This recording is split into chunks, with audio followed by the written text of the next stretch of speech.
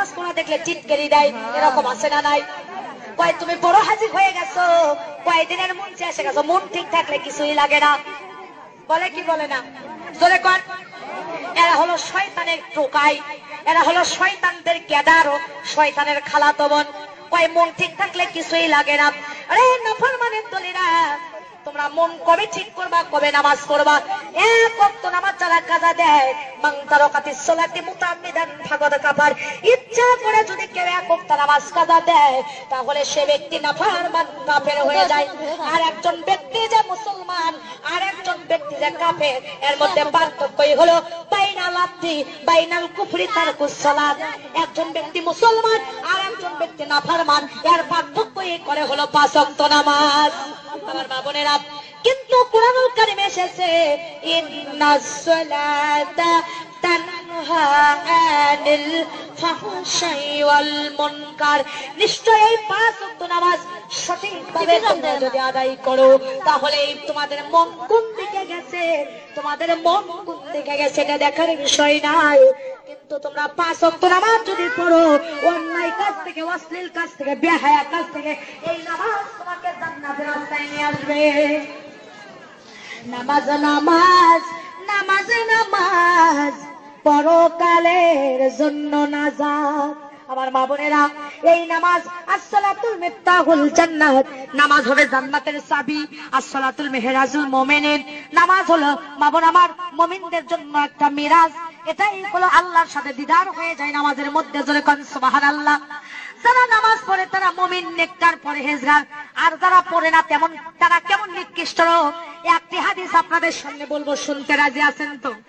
আমার মা বোনেরা, হাদিস শরীফের মধ্যে এসেছে এক সাহাবী আল্লাহ নবীর কাছে এসে বলেছে, ইয়া রাসূলুল্লাহ, ইয়া হাবিবাল্লাহ, আমি গরিব মানুষ, পাতিলে ভাত রান্না করে রেখেছি, যায় দেখি পালিত একটা কুকুর পাতিলের মধ্যে মুখ দিয়েছে। ওগো আল্লাহর নবী, বলেন তো এই পাতিলের ভাত কি আমার জন্য খাওয়া জায়েজ আছে?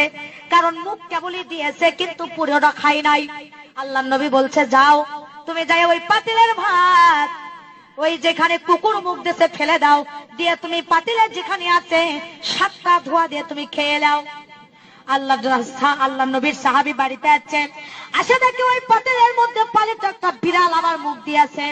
আবার নবীর কাছে গেছে, একজন পোল্পা বুঝবেন, যা বলছি, ইয়া রাসূলুল্লাহ, পাতিলের মধ্যে যায় দেখি গো আবার একটা পালিত বিড়াল মুখ দিয়েছে, এখন কি খাওয়া যায় যাচ্ছে? বলে, হ্যাঁ, বিড়াল যেখানেও মুখ দিল ফেলে দাও, দিয়ে ভালোখানে তুমি আবার 3টে ধোয়া দিয়ে দাও, নিয়ে তুমি খাইয়া দাও। বাড়িতে সাহাবী এসে দেখে একজন বেনামাজি মহিলা তার পাতিলের মধ্যে হাত দিয়ে ভাত বেড়ে নিয়েছে। কিন্তু আবার নবীর কাছে গেছে, মহিলা জানে না কুকুর মুখ দিয়েছে, বিড়াল মুখ দিয়েছে। যা বলছে, নবী গো, বিরক্ত অনুভব করবেন না, বেয়াদবি মনে করবেন না, আবার আমি এসেছি, আপনি যে কুকুর মুখ দিছিল 7 ধোয়া দিয়ে খায়া দাইস করে দিছিলাম, বিড়াল মুখ দিছিল 3 ধোয়া দিয়ে দিছিলেন, কিন্তু একটা বেনামাজি মহিলা আমার পাতিলের মধ্যে হাত দিয়েছে, বাকি অবশিষ্ট ভাতকে আমার জন্য জায়েজ আছে, খাওয়া, ক্ষুধাকে নিবারণ করা জায়েজ আছে। আল্লাহর নবী বলতেছে, না না ও সাহাবী, কুকুর খেয়েছিল 7 ধোয়া দিয়ে জায়েজ করে দিছিলাম, বিড়াল মুখ দিয়েছিল 3 ধোয়া দিয়ে জায়েজ করে দিছিলাম, কিন্তু একটা বেনামাজি মহিলা ওই পাতিলের মধ্যে হাত রাখার কারণে 500 ধোয়া দিলেও তোমার জন্য জায়েজ নাই। কারণ একটা কুকুরের চাইতে, বিড়ালের চাইতে বেশি নিকৃষ্ট, বেশি নাপাক জাতি, ঘৃণিত জাতি একটা বেনামাজি মহিলা। নাউজুবিল্লাহ, জোরে কোন। আমার মা বোনেরা, আমার দরদিরা, এই জন্য আপনাদের কাছে বলতে চাই, সোনার চাঁদেরা, বেশিক্ষণ বিরক্ত করবো না। নামাজ যেমন ফরজ, পর্দা করা কি? নামাজ যেমন ফরজ, পর্দা করা। আর এখনকার মা বোনেরা পায়ে দেয় হাই হিল, করে খালি কিলকিল, চোখে লাগাই মাস্কারা, ছেলেদের করে কামসারা, ঠোঁটে লাগাই লটকা ফিস, ছেলেরা দেয় শীষ, আর কপালে দেয় বড় বড় টিপ। ছেলেরা কয় এই মেয়েরাই আমার জন্য ঠিক। জোরে কর নাউজুবিল্লাহ। আমার মা বোনেরা, আমার দরদিরা, ব্লাউজ বানাতে বানাতে পর্দা ফরজ করে দেওয়া হয়েছে। আর আমার মায়ের জাতিরা শহরে থাকেন, মন খারাপ করবেন না। ব্লাউজ বানাতে বানাতে পুরুষের ছেন্দ গেঞ্জি ফেল করে দিয়েছেন, এত খাটো ডানার ব্লাউজ। শর্ট কামিজ ব্যবহার করেন, বিউটি পার্লারে যায় ভুরু তোলেন, ঠোঁট কালার করেন। মাদান্ডে খোদার কসম করে বলে আপনি দাউস হবেন কিয়ামতের দিন। একটা বেপরদা মহিলা দাউস হয়ে যাবে। এই দাউস আল্লাহর জান্নাতে যাওয়া তো দূরের কথা, জান্নাতের বাসনাও তার নাকে পাবে না। টাকা পয়সা আলা হয়ে তোমার কোনো দাম নাই। আমার মা বোনেরা, পায়জামা গুলো দেখেন, স্কিন পায়জামা পরে যা দেখতে তল্লাবাসের মতো পাড়া শিকল লাগে। মাথার চুল কাটে বানরের লেজের মতো করে দেয়। ধরে বলেন ঠিক না ঠিক? বোরকা যে পর্দার জন্য গো, সেই বোরকা গাওত দিয়ে রন্না খান গলায় পেঁচে দেয়, বুকের ওপর দেয় না, মাথায় কাপড় দেয় না। আমি আমার ভাষায় নাম রাখছি, এরা হলো তনসেল বারা মুসলমান। এদের স্থানটা হবে তাসলিমা নাসরিনের সাথে জাহান্নামে। জোরে জোরে বলেন ঠিক না বেঠি? আমার বাজান, হক কথা বলতেছি। আমি বক্তাকে আর দাওয়াত করবেন না, তাতে যায় আসে না, কিন্তু আজকে তো আপনাদেরকে বলার সুযোগ পাইছি। জোরে বলেন ঠিক না ঠিক? মাদান রে, পর্দা করা ফরজ। কেউ জানবে হায়া বেপর্দা করে চলবা না।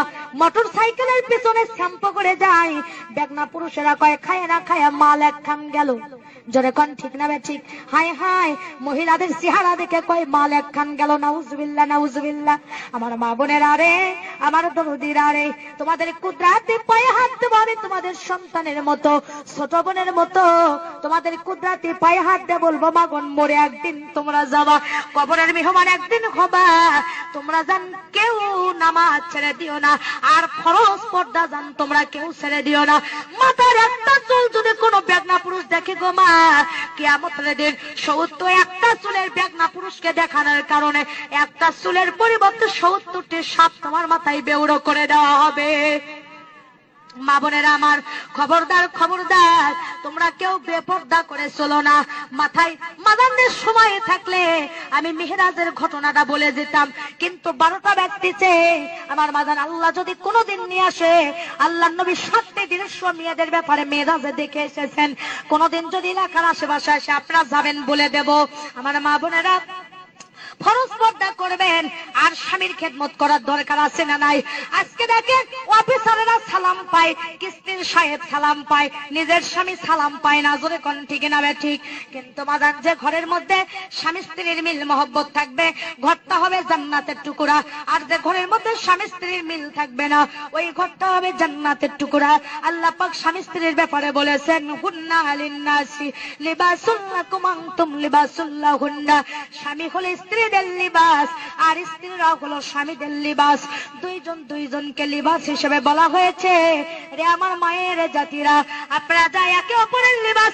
স্বামীকে মাঝে মাঝে গোসল করে দেবেন, স্বামীর সাথে রুক্ষ মেজাজে কথা বলবেন না, হাসি মুখে কথা বলবেন, আর স্বামীকে সালাম দেবেন।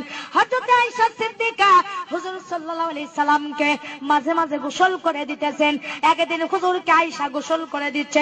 হুজুরের খুশিতে বলে গে, আম্মা আয়েশার বুড়ো লোকের আঙ্গুল ফেটে গেছে। হুজুরের গায়ের সাথে পানি ঢালছে, রক্তের বন্যা বয়ে যাচ্ছে। নবীজি আমার ধাপে দাঁড়াছে, দাঁড়িয়ে বলে, ও আয়েশা, তোমার পানি যে ঢালি তো রক্ত কিসের বন্যা বয়ে যায়?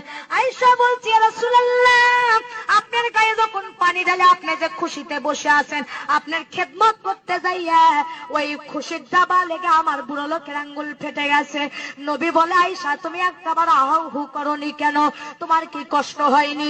আয়েশা বলছে, ইয়া রাসূলুল্লাহ, আপনি তো আমার একদিকে স্বামী, একদিকে আল্লাহর নবী, আপনার খেদমত করবে যাইয়া আমার কলিজাও যদি ফেটে যেত, আল্লাহ রাসূলকে খুশির থেকে উঠে দাঁড়ানোর কথা বলতাম না।